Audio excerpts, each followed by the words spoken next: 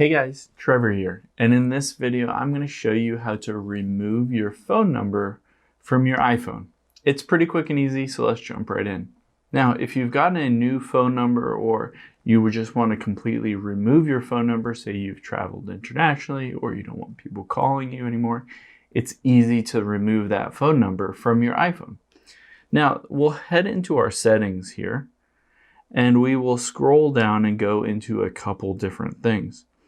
The first thing that we'll want to do is go into our messages here. And then you can see right under iMessage, it says send and receive, and it says two addresses. I'll tap on that.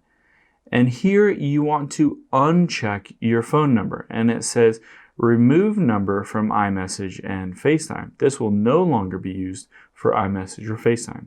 So uncheck your phone number and make sure you check your Apple ID, your email address instead.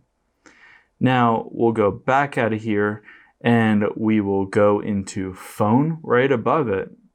Tap on phone and you can see where it says my number. So tap on my number and you can delete this out and enter in a new phone number that will be used as a new phone number. Or you can just hit save if you want to completely remove that phone number. So we've removed it from iMessage and FaceTime, and we've deleted it from the phone app on your iPhone.